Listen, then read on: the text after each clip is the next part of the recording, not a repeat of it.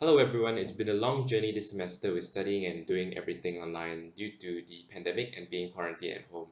So here's my final thoughts of cross-cultural communication and the final topic, which is celebrating diversity.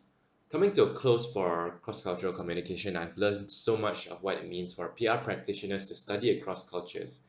It is so to communicate and create relationships with our public so that we create good brand image towards them.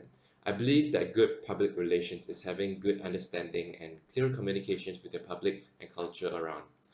A topic that I found a little confronting is activism. PR companies would have to be aware of activism around them to avoid sparking any bad publicity. And right now, with so many ongoing activism, especially the Black Lives Matter activism that sparked in America, this will surely impact and challenge PR globally and its future to come. So coming to our final topic, celebrating diversity, it is a joy to have diversity in our world as it enriches our knowledge, identifies our strengths and weaknesses, gives us a clearer understanding of people around us, and develop our social capacity. Even more so for PR. Without diversity of cultures, there wouldn't be a need for public relations in the world if everyone understood each other.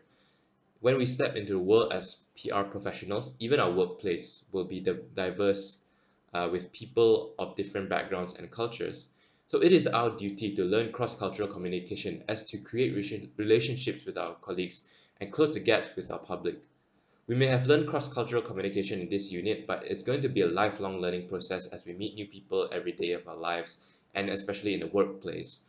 I'm grateful for learning this unit under Curtin. I'm definitely going to apply these things I've learned here into the field. Thank you for listening to me, and I hope you have a great day.